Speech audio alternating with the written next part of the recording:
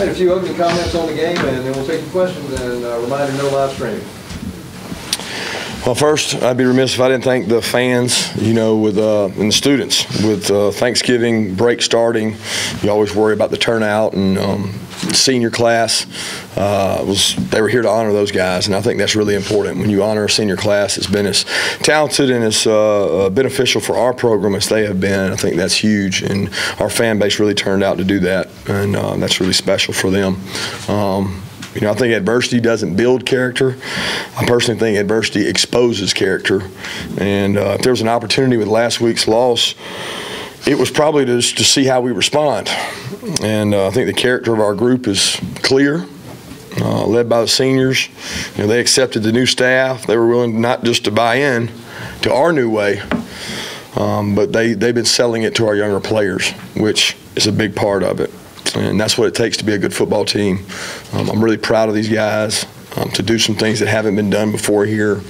I think Sony, Nick, all those guys deserve that, and I'm proud of them. Now, there's a lot of things we can improve on, and we've got to improve on the penalties, and we got to keep tackling better. But I'm proud of the fight, the resiliency, the attitude, and the character that was exposed. Kirby, the resiliency you're talking about, it didn't just come to the start of the game. You guys got off to a little bit of a slow start in this one too. What was the message after that, and to kind of get those guys going and to kind of get out, get a little bit of some momentum after that interception? Well, there's no message. I mean, when you play games, there's a pendulum, and it goes swings, and momentum swings just like a pendulum. And if it swings over here, it eventually is going to swing back. So it's really how you handle the bad swings, the bad pendulum swings, and what you do to revert that back. And there was no magical speech. It was doing what we're supposed to do, executing, and mistakes are going to happen in football. And we had some of those, but they kept fighting, they kept chopping wood, and they played really physical. Colonel, you had to be proud of your defense. A pretty high-scoring Kentucky team, just give out one touchdown and a couple of field goals. Yeah, I'm proud of the score. I'm not proud of the tackling, and I've addressed that before. We got to tackle better. We got to wrap up. The guy's a good back. I mean, he breaks tackles, and but the result as far as the score, that was good. And you got to play good red area defense in this league, or you will give up a lot of points. Coach, you speaking to the seniors, just talk about a little bit about a guy like Aaron Davis. Had a great game today. Went from walk-on to big impact player. What have you seen out of him, his work ethic over the last 2 years you've been here? Well, he's a great leader. He's a great kid. He's really smart. I think he'll be CEO of some company one day because he's a business major. He's incredibly bright. He understands every position. He plays corner star and even played safety this week. I mean, he's talented mentally, and really proud of the play he made because he went up and high pointed the ball, and proud that he decided to return and continue to play. And he is one of those seniors that has impacted the younger players, because we want the younger players to understand the standard that's been set by the older players, and that's got to be ingrained in how they practice and how they grow. Coach, when Nick Chubb got bust loose for that 55-yard touchdown, he and Herschel Walker became the only Georgia backs to ever 3,000-yard season. You feel like this kid is almost underappreciated? Yeah. I certainly feel like he's underappreciated. I don't know how you guys feel, but I appreciate what he's done in an era where rushing the ball is really hard.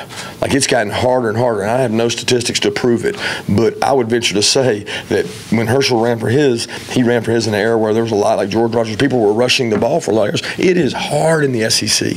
And I'm not diminishing what Herschel did. I'm just enlightening you to the fact that Nick Chubb has rushed for 3,000-yard seasons in the SEC, which is the toughest conference in the country to run the ball.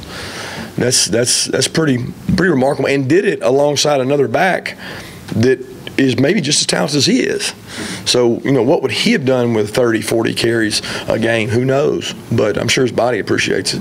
Back to the first time you got a couple of young guys on the right side with Ben Cleveland and Thomas. What did you like the way that they performed? Well, we had young guys with Solomon and Andrew Thomas, right?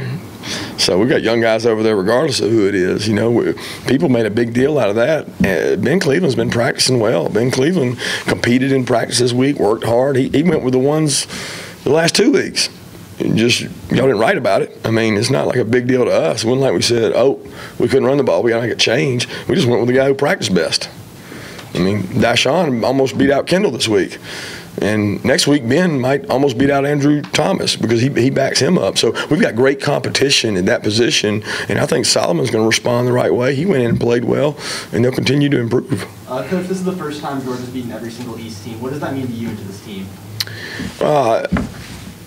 It's special. I mean, it's the first time it's happened. So it's a great event. I mean, it's something those guys will be remembered by, something they can hold and say, for the rest of my life, we were the first team that did that.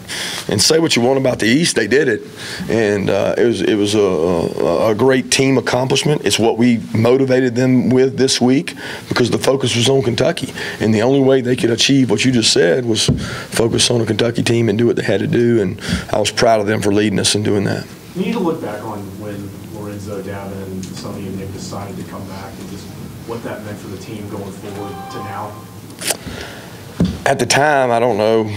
I kind of expected most of those guys to stay. I mean, they probably needed to. They needed to develop. They needed to get better. Needed to improve. And I think they've done that. I think more important than that, they've got something now they would have never had if they left then. Think about the taste in their mouth if they were sitting out there watching this team do this. Now, we would have struggled without some of those guys. But with those guys deciding to return, they're part of history that they would never have been. They're in a senior class that's in the 10 most winningest senior classes with a win tonight, and they got a chance to move up next week. So I think it's special. You don't ever get to have a senior year, and every guy I've ever been around in the NFL, they all say it's never the same. So you better enjoy it as long as you can, because when you play at the next level, it's not the same. There's no passion and love and energy for your team like that. Kirby, with Miko, would you kick to him? And second of all, in an opening kickoff, how much liberty does he have, freedom does he have in terms of coming out? Is there a certain distance where it's just too deep to bring it out? Well, I don't want to tell you that because then the other team will know. So that's our little secret. But a lot of that has to do with the height of the kick, the hang time. If it's hanging, they're down further, that kind of thing. I think Miko's getting more and more aggressive. He's improved as a returner. But those guys up there in front of him, they're blocking people too. So everybody gives credit to the returner. I give credit to the people up there blocking because they're sacrificing some pretty vicious hits and blocks to set him up, and he's done a good job of that.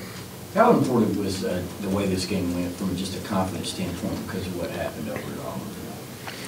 I don't know. I mean, I felt like this was a game where it was going to show our attitude, our resiliency, and they did that. I don't think it has anything to do with that. I mean, had we won, had we lost, whatever. I mean, it had anything to do with it. The two are independent of each other.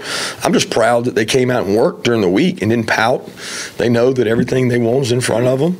And the ultimate goal for us is to get better. I mean, everybody's talking about that game. All we're talking about is getting better. How do we find one way to get better? How do we find one way to get a guy a ball to get him better? How do we find one way to tackle better? Because that's all that matters is can we block and tackle better so that we play better against Georgia Tech. How did you feel about the physicality coach along both lines of scrimmage? Thought it was good later in the second half than it was early. We struggled that opening drive, the second half. They pushed us around a little bit, and we missed some tackles. And we've got to get better up front and tackling on defense to be a really good defensive football team. And I know you can look at all the statistics, you can look at all the numbers, but at the end of the day, we got to tackle better. We got to strike people, get them on the ground, and cause some turnovers. And we haven't been real productive. I thought the offensive line was physical. I mean, early Kentucky did a good job. It's not easy to run the ball in the SEC. I keep telling y'all that, but it's tough. Coach, I know you talked about you want to see defense get off the field more on third downs. Tonight, Kentucky was 4 of 13. I mean, is that kind of the performance you're looking for? Yeah, I mean, I think third downs all year we've been pretty good at getting off the field. I mean, we're second or something in the SEC, and our goal is to be 70% off, and we're not there. So we're right around, last time I checked, 68, 65. So it's something that we always continue to work on. I did think that we executed well on third down tonight, and that helped us get off the field. Kirby, as you go forward this week, the coaches talk about in practice how hard it is to emulate the speed of the Georgia Tech triple option in practice. What would you say about that? Yeah, they're right. I mean, it's impossible to emulate. I mean, the only emulation is the first time you take a snap against them. You can't. Your players don't run an offense. They don't run as fast as they do. You know, there's things you can do to try to speed it up and give them a picture. And we've tried a lot of different things to try to help with that throughout the year and even the off season. But it's a very unique offense, and our players have got another challenge in front of them where they've got to buy in to playing against that offense and understand that it's the next thing in front of us. It's the next objective. And this senior class, again, they get defined by how they perform in these type games. So they got to embrace it, love it, and go get after it. Coach, in the first half, it seemed like there was that Jake Baum to Von Lynn's connection thing was kind of opened things up for the offense. I mean, what do you see in terms of Javon's mindset or mentality when he gets his opportunities? Oh, he's aggressive. He snatches the ball out of the air. He loves it. I mean, he's improved a lot as a blocker. He's always been a good wideout, and that's the part of the game he had to improve the most on, and he's really done that, which that complements, because when he blocks well, we run well. It opens him up in the passing game, and I think he's in a good place right now. He's really confident the way he snatches the ball out of the air, and he's getting open. Kirby, you mentioned Thanksgiving week. How does that change things up for you guys in that school?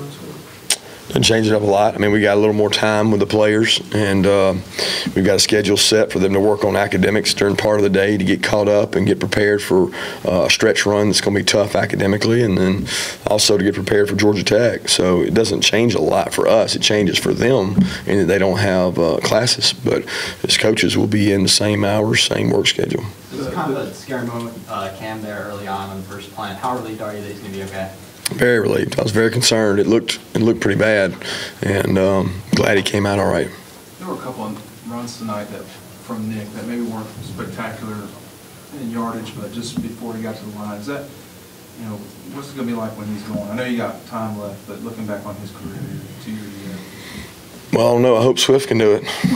I mean, I'll miss him greatly. I thought he had an excellent burst. I thought that long run, I thought he kicked another gear. It looked like, back in high school, it was 100 meters. He certainly looks faster to me this year when he breaks out of there and gets going. But he made, the touchdown run looked like he did that. He kind of 1-2 bounced, and then he hit it, and he's got burst. But, I'll miss him when he's gone. I can promise you that. He's one of the all-time greatest here. Last question? Coach, with this being a rivalry week, it can get a little emotional sometimes, especially with these seniors trying to end it on a high note. How do you let them enjoy that while still working, following the usual process? Yeah, I think it's a fine line, because when you get too emotional, you don't play well. And I think you've got to kind of taper those emotions. You've got to use them to motivate you during the week, but you got to control them at game time. A lot of our kids are from in and around the Atlanta area, so for them it's like going to play in front of their family one more time in Atlanta. And the focus and work ethic they have during the week allows them to play non-emotional football. They got to go play disciplined football when they play the option and do their job, and that'll be the challenge this week. Thanks, guys.